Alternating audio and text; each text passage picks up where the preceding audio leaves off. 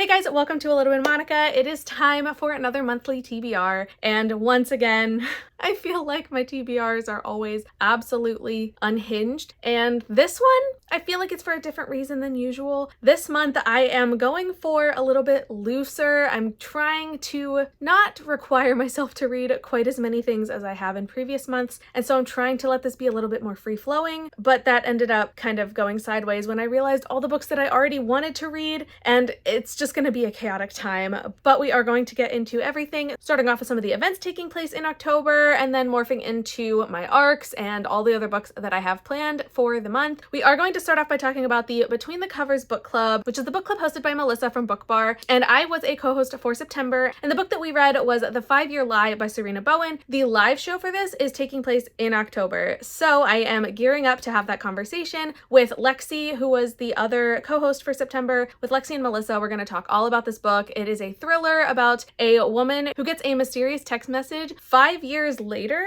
after she thought that the person that she loved had died. So it's going to unravel a lot of secrets and lots of crazy things happen, and we are going to be talking all about that. The discussion is planned for Friday night, October 4th at 7 p.m. Eastern, so make sure you tune into that if you've read the book, or if you haven't and you want to hear more about it, make sure you tune in to that. I will be sure to share all that information as we have it available throughout the rest of the week. But moving on to month-long events, I am participating in this year's TBR Harvest, which is hosted by Leandra, the TBR Zero, and Leandra asked me to be an official harvester this year, which means I'm going to be helping to host some sprints throughout the month to help people have that set opportunity to read. I love sprinting, and this is just the perfect chance to get more involved and participate in this event. There is a Discord, there's lots of information. I'm going to put everything in my description because it's way too complicated for me to try to explain. Leandra obviously does everything much better than I will, but make sure you're joining in so that you can participate. It's going to be tons of fun, tons of activities, and tons of reading sprints so that you can get plenty of reading in for the month of October. October always feels super busy because I'm trying to fit in as many horror books or like scary things as I possibly can, and I feel like this event is a really great chance to really embrace the fall vibes and also get a lot of reading in. But there is one more event that I want to talk about, and that is the Harrisburg Book Festival. I am super excited to be attending again this year. I went last year to a couple of the events as well as some of the like tent sale, author signing things that they have throughout the weekend. This year it is October 9th to the 13th. I will be heading to Midtown Scholar and getting to meet a couple of really great authors, as well as shopping their very, very cheap discounted book sale in the tent. And I am sure that I'm going to find more books that I want to get after hearing people talk about them.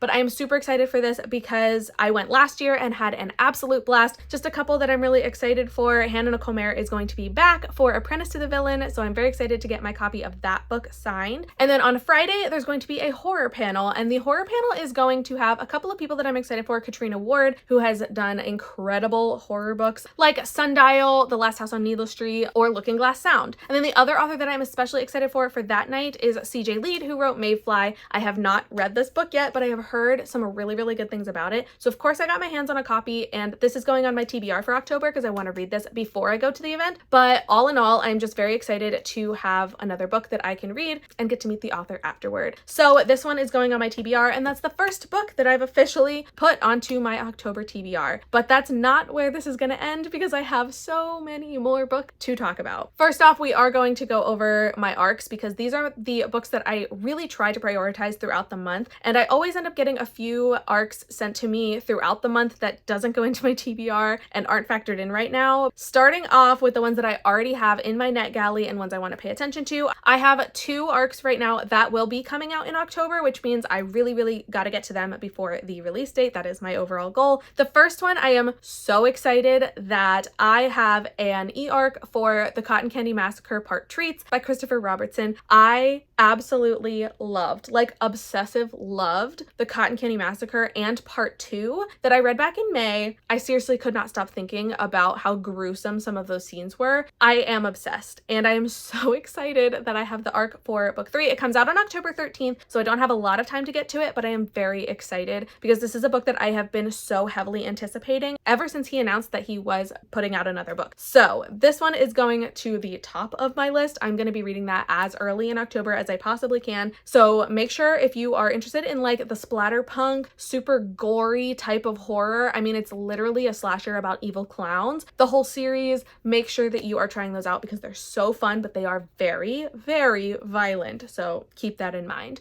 The second arc that I have comes out on October 29th, and this is This Girl's a Killer by Emma C. Wells. I got this arc a while ago, and because of how far out the release date was, it kind of fell to the back burner, but it is time. This is a thriller about a serial killer. I remember when I got the arc in the first place, I was so excited because it sounded so interesting, and so I am very looking forward to reading this one and finally being able to get that review out there. So those are the first two that are super important because they specifically come out this month, but I have a couple other arcs that I want to work in. Morbidly Yours by Ivy Fairbanks came out on August 20th, and I haven't had a chance to read that one, but it's a romance about someone who works like in a cemetery. It feels very October vibe fitting, so I want to hopefully get to that one this month. I need to add some romance in here because I have so much horror going on, so I'm trying to keep a couple of light things on the back burner as well. So hopefully I get to that one. And then another one that I just recently got on NetGalley, it's kind of two books, and I'm not quite sure if I'll be able to get to both of them, but they sound really, really interesting. The first one is called Try Not to Die at Death Fest, and I think this is part of a series, like Try Not to Die at like various different locations. There's different books for it. This one takes place at like a heavy metal or like rock music festival, which I actually think is the exact same thing as the Cotton Candy Massacre. So it's going to be interesting having both of these this month. But Try Not to Die at Death Fest is described as being like a choose your own adventure kind of slasher. So I'm really excited to see how this is going to go. And I think you're supposed to figure out if the decisions that you make are going to let you survive the night. And I'm very scared because I have a feeling I'm not going to make it. So we're going to try this one out, but I'm really excited for it. And then there's also something called Deathfest Confessions, which looks like it is kind of a compilation, an anthology of a bunch of different horror authors who have written like shorter stories. And I'm excited to try this out because it means that I get to try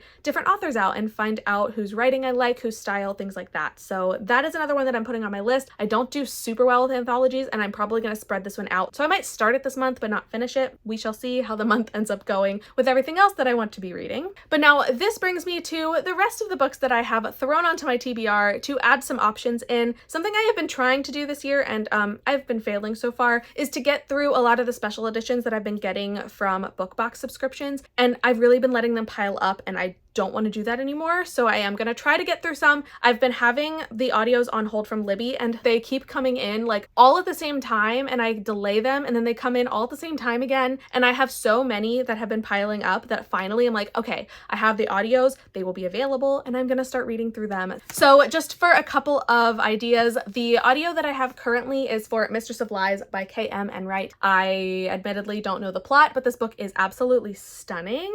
And this one was from Illumicrate. I just have so many Illumicrate books that have been piling up and I haven't been able to get through, but like the artwork on these books is absolutely stunning, and I cannot wait to find out if the insides, if the actual story matches how beautiful the outside is. So this one, I already have the audio for it from Libby, so definitely having that one on my list. And this next one, I have gotten the audio a couple of times and kept delaying it, so I think the next time it comes in, I'm going to accept it. I'm talking about Sleep Like Death by Kaylin Bayron, and honestly, you can't even see the title because of how reflective this is, but it's stunning.